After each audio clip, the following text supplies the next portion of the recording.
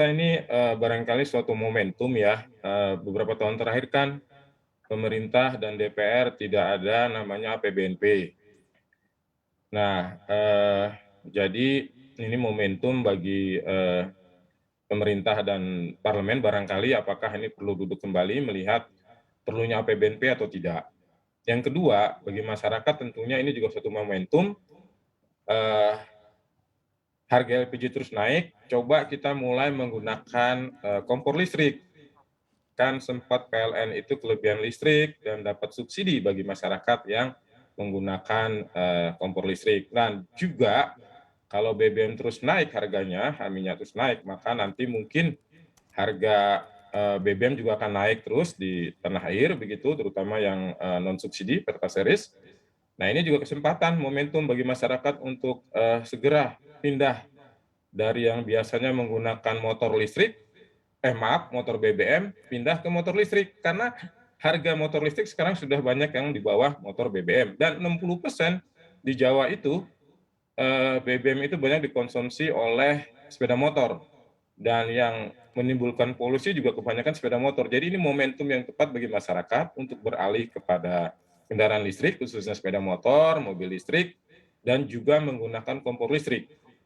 Karena harga komoditi mahal, coba beralih yang lebih bersih, lebih murah.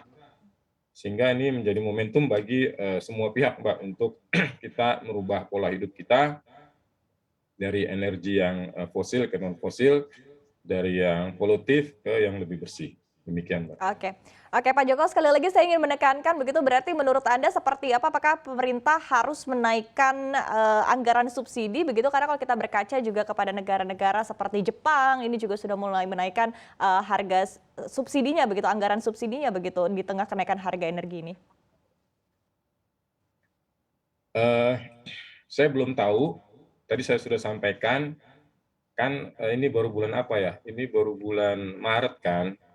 Jadi anggaran subsidi itu kan diketok untuk 1 tahun, begitu ya.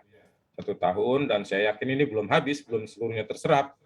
Kita berharap perang ini juga cepat berakhir, sehingga dengan anggaran subsidi yang sudah diketok oleh pemerintah dan DPR, itu masih mencukupi, gitu, sehingga masih bisa aman lah begitu. Nanti kalau misalnya perang itu berkelanjutan, mungkin perlu kita evaluasi lagi, kita lihat apakah anggaran subsidinya sudah melampaui budgetnya ataukah belum begitu, Mbak. Jadi ini tergantung nanti situasi seperti apa ke depannya, karena ini masih bulan Maret, saya rasa di awal Maret pula. Jadi budget subsidi saya rasa masih cukup banyak tersedia untuk mengantisipasi kondisi yang saat ini. Tapi nanti Oke. April, Mei, dan seterusnya mungkin kita lihat kembali. Terima Saya kasih. akan beralih ke Ya. Pak Sabto. Pak Sabto, tadi Anda katakan juga bahwa tidak terlalu berdampak banyak begitu kepada kos, tapi sekali lagi saya ingin menekankan apakah kenaikan harga energi ini bisa berdampak begitu kepada kenaikan BPP listrik PLN, dan apakah ada kemungkinan Pak bahwa tarif listrik ini juga bisa naik begitu di tengah kenaikan harga energi ini? PLN kan operator ya Bu, terkait dengan jadi kira untuk berbicara tentang kenaikan tarif listrik itu domainnya pemerintah. Pada prinsipnya kami sebagai operator bertugas untuk menyediakan listrik bagi masyarakat. Terkait dengan apakah akan ada dampak daripada kenaikan ini sehingga ada kenaikan tarif, saya kira itu menjadi domainnya pemerintah, dan kami hanya sebagai operator yang fokus untuk menyediakan tenaga listrik. Saya kira gitu, Bu. Oke. Oke, tapi untuk kenaikan BPP sendiri seperti apa, Pak?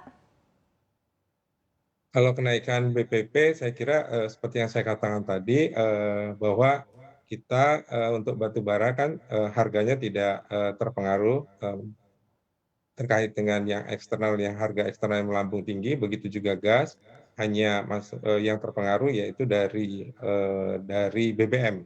Nah, dari Oke. BBM ini energi mix kita kan kecil ya, sehingga ini membuat masih manageable lah terkait dengan kenaikan atau dampak kenaikan energi primer terhadap biaya pokok produksi kami.